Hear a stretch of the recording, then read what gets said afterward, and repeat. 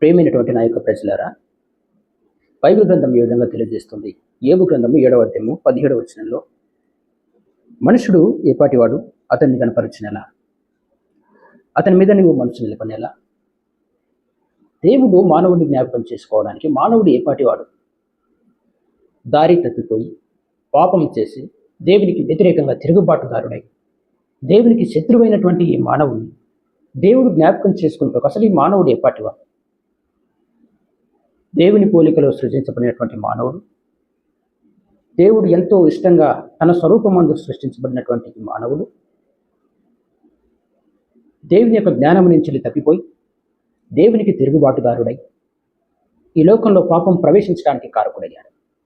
ఒక మనుషుని ద్వారా పాపము ద్వారా మరణము ఈ లోకానికి ఏ విధంగా ప్రవేశించిందో, ఒక మానవుడు చేసినటువంటి పాపం వలన మనుషులందరి మీదకి మరణం సంప్రాప్తమైంది. దేవునికి బద్ధ శత్రువుగా మానవుడు తయారయ్యాడు. ఇటువంటి మానవుని మీద, ఇంత పాడైపోయినటువంటి మానవుడు, పతనమైపోయినటువంటి మానవుని మీద, పాపము ఊబిలో కూరుకుపోయి దేవునికి శత్రువైనటువంటి ఈ మానవుని మీద దేవుడు తన మనసు నిలపనేలా. కానీ దేవాది దేవుడు ప్రేమ కలిగినటువంటి వాడు, ఆయన ఎంతో ప్రేమ కలిగినటువంటి వాడు.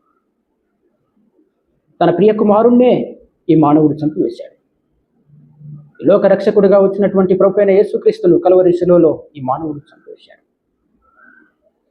అయినా సరే ఆయన మన పాపములన్నింటి కొరకు మరణించి, మరణము మనుషులందరికీ సంప్రాప్తమైనందున మరణము నుంచి మానవుడు బయటపడలేడు కనుక, తనను తాను రక్షించుకోలేడు కనుకనే ప్రభు అయిన యేసుక్రీస్తు ఈ లోకానికి వచ్చి మానవులందరి తరపున తన ప్రాణమును వెలసెల్లించి, మానవులందరూ పాపం చేసినందువలన ఆ పాపం సర్వమానవాళి మరణాన్ని కోరినప్పుడు ఆ మరణాన్ని తన మీద వేసుకొని, సర్వమానవాళి యొక్క పాపం ద్వారా వచ్చినటువంటి మరణమును తన మీద వేసుకొని కలువరి శిలువలో మరణించాడు.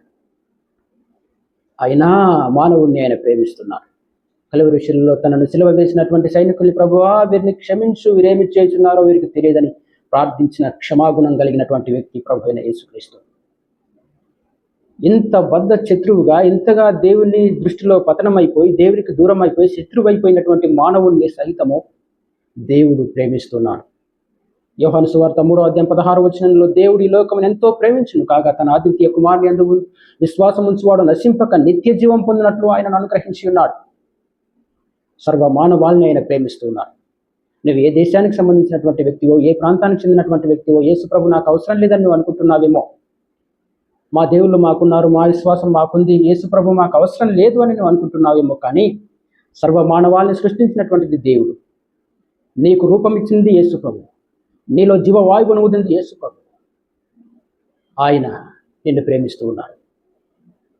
ఆయన నెరగకపోతే, నేనే మార్గమును, నేనే సత్యమును, నేనే జీవమును అన్నటువంటి యేసు ప్రభు, ఈ ప్రపంచంలో వేరొక మార్గం లేదు దేవుని తెరుచుకోవడానికి, దేవుని చేరుకోవడానికి.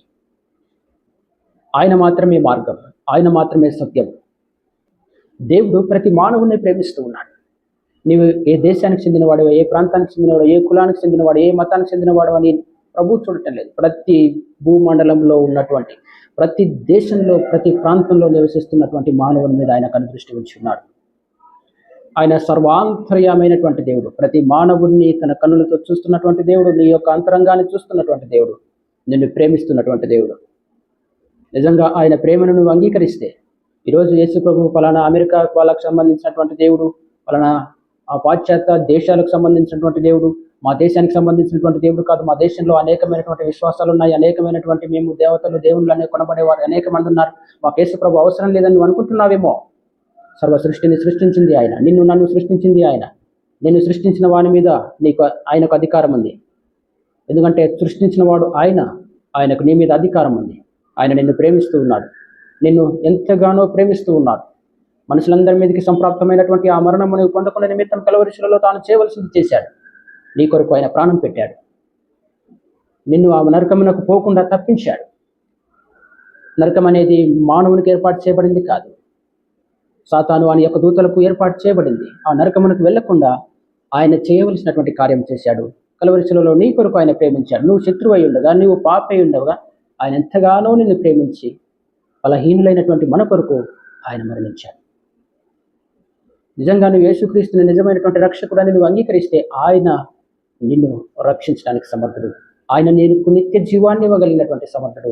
ఎందుకంటే ఆయన సజీవుడైనటువంటి దేవుడు, నిత్యము పరలోకమందు సజీవుడుగా ఉన్నటువంటి దేవుడు, నిన్ను నన్ను చూస్తూ ఉన్నటువంటి దేవుడు. కనుక ప్రియ సహోదరి సహోదరుడా, ఈరోజు నిజమైనటువంటి దేవుడు యేసు ప్రభువు అని నీవు విశ్వసించినట్లయితే ఆయన నీ హృదయంలోనికి వస్తాడు, నిన్ను రక్షిస్తాడు, నిన్ను ప్రేమిస్తూ ఉన్నవాడు. నువ్వు ఎంతటి పాపంలో ఉన్నా, ఎంతటి వ్యభిచారము, ఎంతటి భయంకరమైన పాపంలో ఉన్నా సరే నిన్ను ప్రేమిస్తున్నటువంటి దేవుడు. అలా ప్రేమించేవాడు ఈ ప్రపంచంలో వేరొకరు ఎవరైనా ఉన్నారా?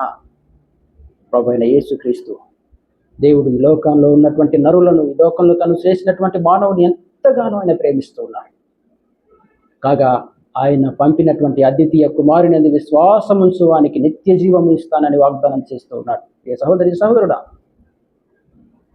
నిజంగా నువ్వు యేసుక్రీస్తును తెలుసుకుంటే ఆయన నీకు శాంతిని, సమాధానాన్ని, సంతోషాన్ని, ఆరోగ్యాన్ని ఇవ్వటం మాత్రమే కాదు, అంతకంటే ప్రాముఖ్యమైనటువంటి నిత్య జీవాన్ని దేవుడు నీకు అనుగ్రహిస్తాడు.